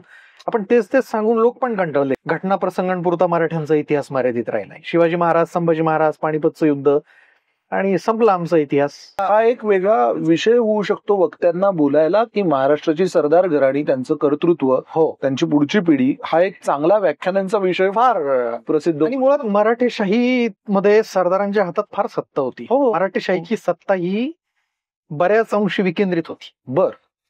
लक्षात घ्या. शिवाजी महाराजांनी राज्य स्थापन केलं त्यावेळेस आदिलशाही आणि मुघलशाही हो. आदिलशाह मुघल निजामशाहीचं राज्य होतं, त्याच्यात अनेक सरदार घराणी होती. शिर्के, निंबाळकर, मोहिते, पालकर, जाधव, शत्रू पक्षात पण सरदार होते. हा Gujar. Bhosale is one of Bhosales where one of them. Bhosale त्यांच्यापैकी एक होते. मग शिवाजी महाराजांनी राज्य स्थापन केलं, शहाजी राज्यांची सगळी ते राज्य, तो मोठाच तो भाग होता. शिवाजी महाराज नंतर संभाजी महाराजांनी ते राज्याचं रक्षण केलं. मुघल बादशाह औरंगजेब इथे होता. राजाराम महाराजांच्या काळात त्यांनीही तेच केलं. पण काय झालं, राजाराम महाराजांच्या काळामध्ये औरंगजेब आपल्या सरदारांना फितवत होता, जहागिऱ्या त्यांनी दिल्या. त्यामुळे मराठ्यांना जहागिऱ्या किंवा सरंजाम द्यावे लागले. नाही तर मराठेशाहीमध्ये शिवाजी महाराज किंवा संभाजी महाराजांच्या काळामध्ये सरंजाम देण्याची पद्धत नव्हती. मग राजाराम महाराजांच्या काळात अनेक सरदारांना सरंजाम दिले. सरदारांनी मुलूक जिंकले, नर्मदा ओलांडली. ताराबाई साहेब शाहूंच्या पुढे ती प्रथा ती सुरू राहिली. एका अर्थी त्या छोट्या भागाचे ते राजेच म्हणायला पाहिजे. कोकणात आंग्रे होते, दाभाडे होते गुजरातमध्ये, सरलष्कर निंबाळकर आहेत, कदम मांडे आहेत, पवार आहेत, फार मोठी घराणी आहेत. आपण लगेच पेशवाईकडे झेप घेतो. मधला भाग भाग लक्षित होतो. कदम मांडे पवार, नागपूरकर भोसले आहेत, परसोजी भोसले, मोठं घराणं आहे नागपूरकर भोसल्यांचं. पहिल्या बाजीरावांनी विस्तार मराठी राज्याचा केला, ते यमुनेपर्यंत गेले, हे आपल्याला सांगितलं जातं. पण रघुजी भोसल्यांनी त्या काळात बिहार, बंगाल, ओरिसा पर्यंत मराठी राज्य नेलं. मग कलकत्त्याला मराठा डीचे. हे सगळं 1742 तिरुचिरापल्लीला त्यांनी स्वारी केली. तो किल्ला, ती जबरदस्त स्वारी सगळी होती, ती नाही इतिहासात शिकवली जात. म्हणजे किती अन्याय. नागपूरकर भोसले त्याचं एक प्रातिनिधिक उदाहरण. इंग्रज त्यांना, म्हणजे मी एक काल परवाच नोंद वाचली एल्फिन्स्टनची, शेवटचा गव्हर्नर ब्रिटिश, तो सांगत होता की दुसऱ्या बाजीरावांचं चाललंय सगळ्या सरदार मंडळींना बरोबर घ्यायचं. इंग्लिशमध्ये लिहिलं होतं, chief of Gwalior, chief of Baroda, chief of Indore and Raja of Nagpur यांना तो बरोबर घेतोय. आता चीफ ऑफ ग्वालियर म्हणजे शिंदे, चीफ ऑफ बडोदा म्हणजे गायकवाड, इंदोर म्हणजे होळकर. तो राजा ऑफ नागपूर म्हणतो ना, चीफ ऑफ नागपूर नाही म्हणत. ते इतकंच हे राजा ऑफ नागपूर म्हणजे हे आता नागपूरकर भोसले. माहिती नाही इतिहास लोकांना. शिंदे, होळकर, गायकवाड हे नंतर. आता पेशवाई होती, सेंट्रल पॉवर मराठ्यांची होती, मध्यवर्ती सत्ता. नानासाहेब पेशव्यांच्या काळात मराठ्यांचा विस्तार झाला. पण अगेन नंतरच्या काळामध्ये काय झालं बघा, मी विकेंद्रित स्वरूप तुम्हाला सांगतोय. उत्तर पेशवाईत परत स्वायत्तच झाली. पेशव्यांचे सरदार असणारे शिंदे, होळकर त्यांचं ऐकत नव्हते, स्वायत्त झाले. दक्षिणेत पटवर्धन होते, धारदेवासचे पवार, बरीचशी घराणी आहेत मुळात स्वायत्त. त्यांच्या पदरीही सरदार होते परत. आपण ग्वाल्हेरचे शिंदे, महाजी शिंदे, वकिली कुठलं किताब त्यांना मिळाला, दिल्लीचे रक्षण करते या अर्थानं सगळं त्यांनी. पण महाजी शिंदेचं नाव तरी माहितीत का महाराष्ट्रातल्या बऱ्याच जणांना नाही माहिती. मल्हारराव होळकरांनी विस्तार केला मराठी राज्याचा, ते आपल्याला माहिती नाही. सरदार घराण्यांचा भरपूर सरदार घराणी आहेत, लक्षात घ्या. मी फार ती नगर जिल्ह्यातली फक्त त्या अनुषंगानं केलंय, पण हे काम आगामी काळात इतिहास अभ्यासकांनी करायला पाहिजे. म्हणजे आपापला जिल्हा पकडायचा आणि त्यातले सगळे सरदार कोण कोण होते त्यांचा त्या अनुषंगानं. आणि स्थानिक इतिहास सुद्धा समोर यायला पाहिजे ना, सगळा इतिहास. ते आपण म्हणतोच ना, पर्सनल इज युनिव्हर्सल. म्हणजे स्थानिक आहे ते वैश्विक आहे असं जे म्हटलं जातं, त्याही अर्थाने मला हा मुद्दा महत्वाचा वाटतो. पेशवाईचा उल्लेख आला आणि त्याच्यातल्या सरदारांचा उल्लेख आला, तर तुमच्या या पुस्तकामध्ये पेशवाईत बंड पुकारणाऱ्या एका घराण्याविषयी उल्लेख आहे, तर ते त्याच्याबद्दल थोडंसं सांगा. मला वाटतं महादेव कोळी महादेव कोळी समाजाची ती घराणी होती. नगर जिल्ह्यामधला अकोले तालुका, सह्याद्रीच्या त्या सगळ्या पर्वतरांगा तिथून गेल्या. तो आदिवासी बहुल सगळा भाग आहे. तिथं महादेव कोळी समाज बहुसंख्य आहे. नगर किंवा पुणे जिल्ह्यातल्या बऱ्याचशा भागात, मावळात, जुन्नर, आंबेगाव, त्या सगळ्या पट्ट्यामध्ये तो आहे. तिकडे कोकणात पण ठाणे, पालघर, शहापूर त्या भागात सुद्धा आहे. तर झालं असं की माधवराव पेशव्यांच्या काळामध्ये खर तर त्या महादेव कोळी समाजाचे जे नाईक असायचे प्रमुख, आणि ते फार त्यांच्या बंडांची, मध्यवर्ती सत्तेविरुद्ध बंड त्यांनी केली, अशी 14व्या शतकापासूनची ती परंपराच आहे. अगदी कोळी समाजात बंडाची परंपरा आहे. येस. मी मराठा काळातली बंड फक्त लिहिली. नानासाहेबांच्या काळात त्र्यंबकगड जो आहे तो काही कोळ्यांनी जिंकून घेतला होता. तर तो त्यांना पैसे देऊन खाली करून घेतला सरकारनं. आणि नंतर माधवराव पेशव्यांच्या काळामध्ये एक बांबळे म्हणून होते, जावजी नाईक बांबळे, त्यांचं बंड जबरदस्त होतं. म्हणजे त्या कथा तुम्ही पुस्तकात वाचा, त्या वेब सिरीज चित्रपट बनेल. त्याच्यानंतर भांगरे घराणं आलं. त्या म्हणजे नंतर नाना फडणीसांच्या त्या काळात ती बंड बराच काळ चालली. 4-5 किल्ले जिंकून घेतले माणसांनी, हजारो लोक. बांबळेंची थोडी गोष्ट सांगा ना, ती इंटरेस्टिंग वाटते. काय काय केलं बांबळेने नक्की? बांबळ्यांनी बरीचशी खरं म्हणजे ते तिथले कोळी नाईक होते अच्छा. आणि त्यांनी बरेच किल्ले जिंकून घेतले चक्क. सोबत बरेच साथीदार त्यांनी घेतले. नाही का रामजी सावंत नावाचा एक कोळी होता, हा. तो फार त्यांच्या विरोधात वागायचा आणि तो पेशव्यांच्या बाजूने होता, सरकारच्या बाजूने. बरं. रामजी सावंतची माणसं यांनी मारली. अच्छा. मग पेशव्यांना दखल घेणं भाग होतं म्हणजे. भाग पडलं. हा. बराच मोठा घटनाक्रम येतो, हो. पुस्तकात आपल्याला वाचायला मिळेलच. पण नाना फडणीसांनी एक कोकाटे नावाचे एक दाजी कोकाटे म्हणून तो त्यांच्यावर पाठवलं जाऊजींनी. बर. आणि बऱ्याचशा इंटरेस्टिंग गोष्टी पण दाजींना ते जाऊजींना ते कळालं आणि त्यांनी त्याला मारलं, तो त्याची माणसं. बंड काही केलं शांत होईना. मग जाऊजी बांबळ्यांनी होळकरांची मदत घेतली. बर. त्यातल्या पेशव्यांचं होळकरांचं आधी हो सगळं. हो. तुकोजी होळकरांना म्हणाले मी माझे सगळे किल्ले देतो आणि मग होळकरांनी मध्यस्थी केली. ते किल्ले पेशव्यांनी त्यांच्याकडे घेतले आणि यांना त्या राजूर नावाचं गाव आहे, तिथल्या त्या राजूर भागातल्या 60 गावांचा कोतवाली अधिकार त्यांना दिला. म्हणजे पेशव्यांनी नमतं धोरण घेतलं. मराठ्यांची सत्ता बघा कुठपर्यंत अटकेवर झेंडा लावली आणि इथे 100-150 किलोमीटर अंतरावर काही किल्ले जिंकून घेतोय तो समाज. आणि भरपूर आपण हे बघा, आदिवासी कोळी नायकांनी फार त्यांना इंग्रजांनी आपला इतिहास लिहिला ना, लुटारू म्हणून ह्या आदिवासी जनजातींना त्यांनी सांगितलं. पण बांबळ्यांनी किंवा कोणी सामान्य माणसानं लुटलं नाही ना. सावकारांची घरं लुटली बंडासाठी पैसा उभारायला, सरकारी खजिना लुटला, घाट चौक्यांवरच्या त्या सगळा तो पैसा त्यांनी लुटला. सर्वसामान्य आजही त्या भागातल्या सर्वसामान्य लोकांमध्ये बऱ्याच दंतकथा हे तशी लोकगीतं प्रचलित आहेत. ह्या सगळ्या त्यांच्या ते हिरोज मांडतात त्यांना.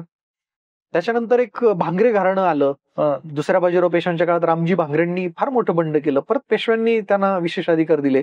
पेशवाई संपली. त्यांचेच चिरंजीव राघोजी भांगरेंनी फार मोठं बंड केलं. ते बंड इंग्रज काळातलं प्रसिद्ध आहे. पण ही सगळी बंड जी झाली ती पेशवाई सत्तेच्या विरोधात झाली नाही.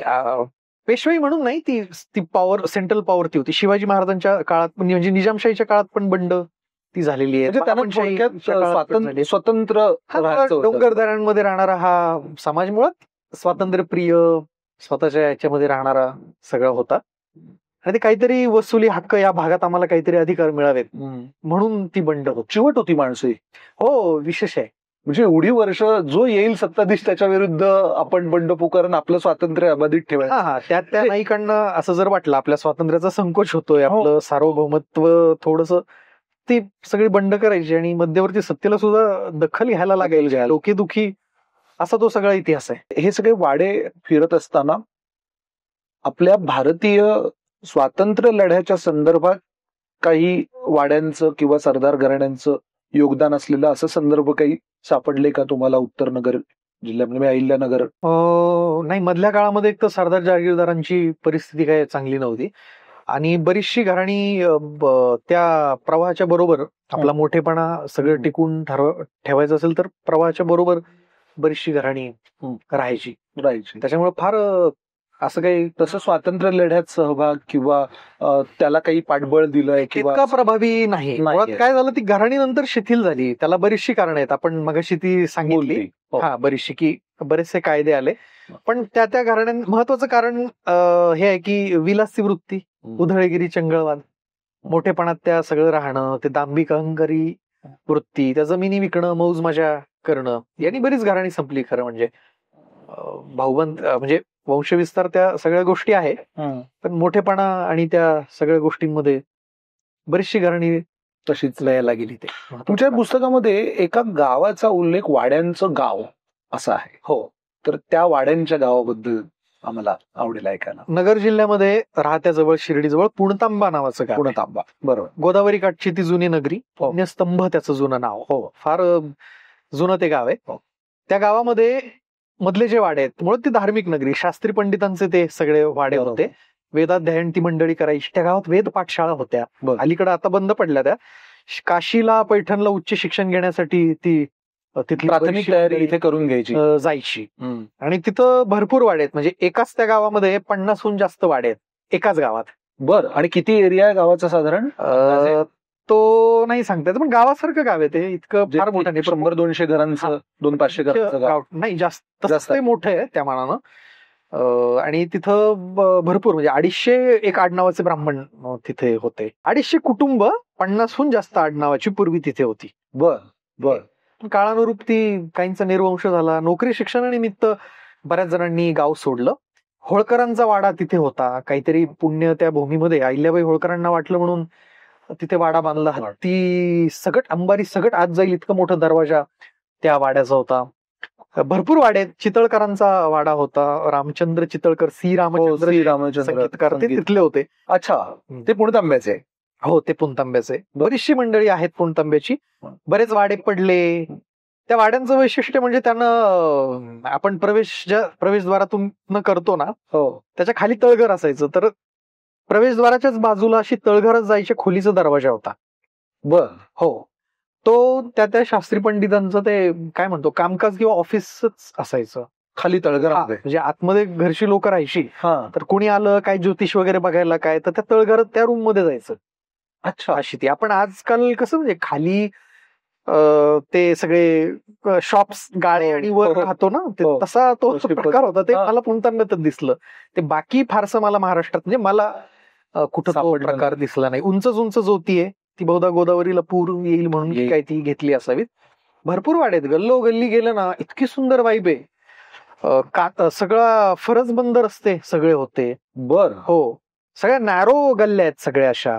त्या गल्लीबोळातनं चालताना तो पूजांचा, तो घंटांचा, शंखाचा आवाज, फुलांचा, त्या चंदनाचा सगळ्यांचा वास, कुठेतरी मंदिरात आरत्या होत आहेत, कुठेतरी ते एक वाईब्स ती वेगळी होती. लंडन पॅरिसला ती कुठं मिळणार नाही. आपण परदेशातली शहरं पाहतो ती मिळणार नाही. अशी हेरिटेज विलेज घोषित करायला पाहिजे. पुणतांब्याची ओळख आज आहे ती चांगदेवांमुळे. योगगुरु जे होते, ज्ञानेश्वरांची बहीण मुक्ताबाईंनी त्यांना उपदेश केला वगैरे, त्यांचं समाधी आहे. पण अशा कितीतरी समाध्या तिथे आहेत, मंदिर आहे.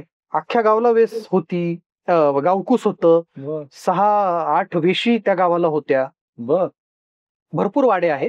सिमिलरली अशी गावं नेवासचे आहे, महाराष्ट्रात वाई, पैठण, त्र्यंबकेश्वर, अशी गावं ना खरी हेरिटेज विलेज घोषित करायला पाहिजे. किती छान तिथं शूटिंग आणि किती छान त्याचा उपयोग करता येऊ शकतो. आजकाल प्री वेडिंग शूटिंगचं पण एक फॅड वाड्यांमध्ये ते हे झालंय. अशी गावं, कारण तिथं खूप आहे ना, या एकाच गावांमध्ये वाडे खूप आहेत, मंदिरं, विहिरी बारवा, समाध्या, घाट. बरोबर गोष्ट. बरोबर. सरकारचं धोरण काही नाहीये, म्हणजे किल्ल्यांविषयी वगैरे असेल, पण वाड्यांविषयी अजून काही धोरण सरकारचं नाहीये. पण पहिली गोष्ट जागृत होणं गरजेचं आहे सगळ्या घराण्यातल्या वारसदारांनी ते वाडे जतन करण्यासाठी, आणि सर्वांनी एकत्र येणं गरजेचं आहे. आपल्या घराण्याचा इतिहास शोधायला पाहिजे, आपल्या घराण्याचा मूळ पुरुष, ज्याच्यामुळे हे सगळे वाडे आहेत. सगळ्यांचे नाही ना वाडे, ही वाड्यातली जी मंडळी, अभिजन वर्ग तो होता, ही बहुजनातनच वर आली कर्तृत्वानं. त्याचा इतिहास शोधला पाहिजे ना. त्याच्यासाठी त्या घराण्यातल्याच मंडळींनी ते काम, माझ्या मते त्यांच्याकडून ते चांगलं होऊ शकतं. आपल्या घराण्याचा इतिहास शोधणं, तो व्यासंग, अभ्यास वृत्ती किंवा कुणातरी इतिहासकाराकडनं ते करून सगळं घ्यायला पाहिजे. आता जे आहे ते तरी जतन करा. आता झालं गेलं त्याच्यावर काय रडगाणं गात बसण्यात मजा आहे. जे आहे ते जतन करायला पाहिजे. डॉक्युमेंटेशन ते फार महत्वाचं आहे. नुसतं बोलून काही होणार नाही, आणि सरकारनं मदत केल्याशिवाय होणारच नाही. महाराष्ट्रातले जे चांगले चांगले वाडे आहेत त्याच्याविषयी ते सरकार, त्या वारसदारांची नाही आज परिस्थिती तशी. सरकारी मदतीशिवाय अवघड आहे हे सगळं. पण कुठंतरी ह्या भविष्यातल्या पिढींना माझं सांगणं, आपण म्हणतो की ती फार बदलत चालली आहेत नवीन पिढी, त्यांना हे वारसा वगैरे कळेल, पण त्यांनाही काही त्याचं फारसं घेणं देणं नाहीये. नुसतं आपण आडनावापुढे पाटील, देशमुख, जहागीरदार, इनामदार आपण लावतो सोशल मीडिया सगळीकडे. ते का मिळालं आपल्याला त्या पदव्या, ही जहागिरी, सरंजाम, त्याचा आपण शोध घ्यायला पाहिजे ना. नुसतं फ्लेक्स किंवा भपका करण्यासाठी किंवा इतरांपेक्षा आमच्याकडे काहीतरी वेगळं आहे, ते चुकीचं आहे.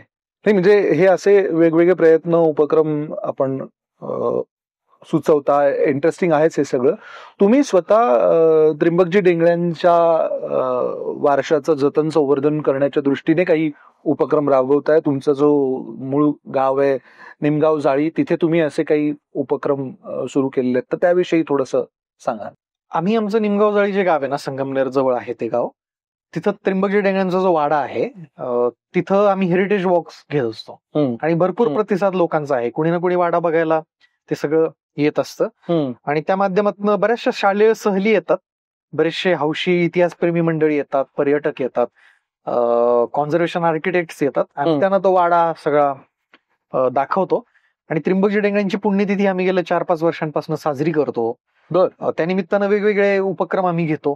त्यांचा वारसा सगळा त्या जागृत करण्यासाठी, कुठं नीलफलक लावायचा असेल किंवा बरेच वाड्यामध्ये फोटो फ्रेम्स लावायच्या असतील, अशा बऱ्याचशा गोष्टी आम्ही करतो. आणि त्र्यंबकजींविषयी मी बऱ्याच ठिकाणी लिहिलंय, बोललोय. पण ते काय होतं की संशोधनाच्या अंगाने त्या गोष्टी करायला लागतात. नाही तर बऱ्याचदा लोकांना वाटतं हे यांचंच करतात. त्या घराण्यातल्या मंडळींनी कुणीतरी इतिहास समोर आणला की लोकांचा, बाकीच्यांचा बघण्याचा दृष्टिकोन त्याच्याकडे जरा वेगळा असतो ना, की ते काय स्वतःसाठी ते करतायत. पण त्यांनी संशोधनाच्या अंगानं ते सगळं करायला पाहिजे. महाराष्ट्रात असे फार कमी लोक आहेत की ते त्यांच्या घराण्यावर सगळा अभ्यास करतायत. बस सुमितजी, मोठा प्रवास आहे हा सगळा. म्हणजे डेझर्टेशनसाठी विषय निवडीपासून प्रकल्प म्हणून तो सबमिट करणं विद्यापीठाकडे, आणि तिथून एक 400-450 पानी जास्तच पुस्तक त्याचं तयार होणं, 25 पेक्षा अधिक घराणी आणि वाड्यांची नोंद एक रिपोर्टाज पद्धतीने या पुस्तकात घेणं, असं मला वाटतं 3-1 वर्षांचा प्रवास आहे सगळा, 3-4 वर्षांचा. आणि त्यानंतर संभाजीराजे छत्रपतींच्या हस्ते पुस्तक प्रकाशित होतं. प्रकाशनाच्या दिवशी 200हून अधिक प्रती खपतात. जोरदार प्रतिसाद महाराष्ट्रभरातून पुस्तकाला मिळतो. तर आता पुस्तकापूर्वी या सगळ्या उपक्रमामध्ये आलेले अनुभव आणि आता पुस्तक प्रकाशनानंतर ते लोकप्रिय झाल्यानंतर येणारे अनुभव, याच्याकडे कसं बघता तुम्ही आणि काय उल्लेखनीय सांगू शकता? पुस्तक आल्यानंतर म्हणजे फार सुंदर प्रतिक्रिया लोकांच्या येत आहेत. ते बऱ्याच जणांना त्यावेळेस महत्व नाही कळलं, खास करून ज्या ज्या वाडे आणि घराण्यांवर मी लिहिलंय त्यांच्या वारसदारांना त्यावेळेस काही माहिती नाही, हे 26-27 वर्षांचं हे पोरग हे काय करतंय काय नाही, त्यावेळेस काहींनी माहिती दिली नाही. आणि आता ते म्हणतात आमच्याकडे नाणी आहेत, आमच्याकडे तलवारी आहेत, त्या तुम्हाला दाखवायच्या राहिल्या, तेव्हा नाही ओपन अप आम्ही झालो, तुमच्याशी तेव्हा कम्फर्ट झोन नाही झाला, आमचे कोणतरी चुलते होते ते कमी बोलतात, ते इंट्रोवर्ट. आता ते कसं, मी बहुतांश ठिकाणी 2दा भेटी दिल्या कम्फर्ट झोन व्हावा म्हणून. हो, 1,500 किलोमीटर पेक्षा जास्त भ्रमंती झाली. बापरे. आणि बरीच जण, आणि चांगली गोष्ट अशी की अजून त्याला निगेटिव्ह काही रिप्लाय, कोणाचा निगेटिव्ह कमेंट आलेली नाही.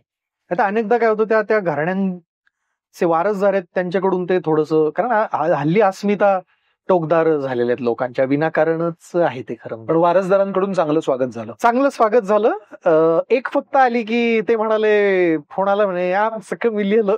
म्हटलं ते तेवढं जेवढं मला मिळालं तुम्ही सांगितलं, मला संदर्भ ग्रंथातनं जेवढं मिळालं तेवढंच लिहिलं, कुणाचं कमी जास्त असं लिहिलं नाही. त्यांना म्हटलं की म्हणजे मला काय, मला ज्या घरी गेलो ज्यांनी चहा पाजला त्यांचं चांगलं लिहायचं, ज्यांनी नाश्ता दिला त्यांचं त्याच्यापेक्षा चांगलं, आणि ज्यांनी जेवण दिलं त्यांचं जास्त लिहायला पाहिजे होतं ना. असं काही केलं नाही. ते इथनं नाही ना पुस्तक लिहिलं, ते इथून लिहिलं, ते त्याच्यामुळे ते असं झालं. काही घराणी आमच्या भागातली जी होती, आता आमच्याकडली नगर जिल्ह्यातली बरीचशी लोक, काही इंदोरच्या होळकरांकडे होती, काही बडोद्याच्या गायकवाडांकडे, काही याला ग्वाल्हेरला शिंद्यांकडे, तर काही काही जणांची वतनं वाडे वगैरे इथे, पण त्या फॅमिलीज तिकडे सगळ्या आहेत त्या. तर त्यांच्याकडनं बरेच, म्हणजे त्यावेळेस नाही पण आता अनेकांचं आलं. महालक्ष्मी हिवरे म्हणून गाव आहे नेवासे तालुक्यात, तिथले आव्हाड म्हणून सरदार आव्हाड होते. तर त्यांचं ते नंतर कळालं की आमच्याकडे बरीच माहिती आहे, आम्ही ग्वाल्हेरला राहतो, ती माहिती सगळी घ्या गावच्या, आमच्याकडे बरेच कागद आहेत, आमच्याकडे 12पेक्षा, आणि ते फार मोठे ग्वाल्हेरचं प्रश्न, आमच्याकडे 12पेक्षा जास्त मर्सिडीज कार आहे. म्हटलं येऊ त्या बघायला सगळं. ते आता करून करून किती आवृत्तीत पुढच्या बदल करणार ना. आता लोक स्वतःहून प्रेरित सांगतात. आता मी काय म्हटलं, मी प्रस्तावनेत म्हटलं की तुम्ही एखाद्या घराण्या व्यक्ती किंवा वाड्याचा ना जास्त खोलवर जर इतिहास शोधला प्रत्येक सगळ्या अप्रकाशित कागदपत्रांना, तर ते खूप होईल त्या फॅमिलीचं. मी कुठेतरी याच्यावर संशोधन व्हावं म्हणून ते धागे सोडून ते संपवलं. पण खूप आहे ना, किती सरदार घराणी, किती अनएक्सप्लोर्ड आहे. तर ते कुणीतरी ते विषय हाती घेऊन त्याच्यामध्ये व्हर्टिकल ते अभ्यास करता येईल का नाही ते बघू शकतो. त्या चांगल्या पुस्तिका तयार होतील, अनेक व्यक्तींची चरित्र येतील, वाडे जतन होतील, घराण्यांचे इतिहास कुलवृत्तांत तयार होतील, असं बरंच काय काय त्याच्यातून होऊ शकतं, आगामी काळामध्ये होऊ शकतं. आणि असं महाराष्ट्रभर सगळीकडे ते व्हावं आणि हा वारसा सर्व समोर यावा असं मला वाटतं. आमच्या बुक विश्वच्या सगळ्या प्रेक्षकांतर्फे, वाचकांतर्फे तुम्हाला भरपूर फिरायची संधी मिळो आणि तसं बळ मिळो अशा सदिच्छा द्यायला मला आवडतील. आणि मंडळी, तुम्हाला हे पुस्तक विकत घ्यायचं असेल तर अर्थातच तुम्ही वेबसाईटवरून ते विकत घेऊ शकता. एक वेगळ्या धाटणीची मांडणी रिपोर्टाज पद्धतीने केलेलं आरेखन या सगळ्या लेखांचं आणि आपल्या इतिहासाच्या पानांमध्ये ज्या सरदार घराण्याने मौलिक कामगिरी बजावलेली आहे अशा सरदारांचे वाडे आणि त्यांची घराण्याविषयीची माहिती, किस्से, गप्पा, गोष्टी या सगळ्यांचा समावेश असलेला असं हे पुस्तक नुकतंच प्रकाशित झालं आहे. त्याला जोरदार प्रतिसाद मिळतोय. तर आवर्जून हे विकत घेऊन वाचा. तुम्हाला हा पॉडकास्ट कसा वाटला त्याच्याविषयीच्या प्रतिक्रिया आम्हाला कमेंट्स मधून तुम्ही नेहमी कळवत असता, त्याबद्दल तुमचे मनपूर्वक आभार. लाईक करा, शेअर करा, सबस्क्राईब करा आणि हा विषय, हा विचार लोकांपर्यंत अधिकाधिक नव्या प्रेक्षकांपर्यंत पोहोचवायला आम्हाला सहकार्य करा. सुमितजी, तुमच्या पुढच्या वाटचालीसाठी आमच्या खूप खूप शुभेच्छा. तुम्ही या पॉडकास्टवरती आलात, धन्यवाद.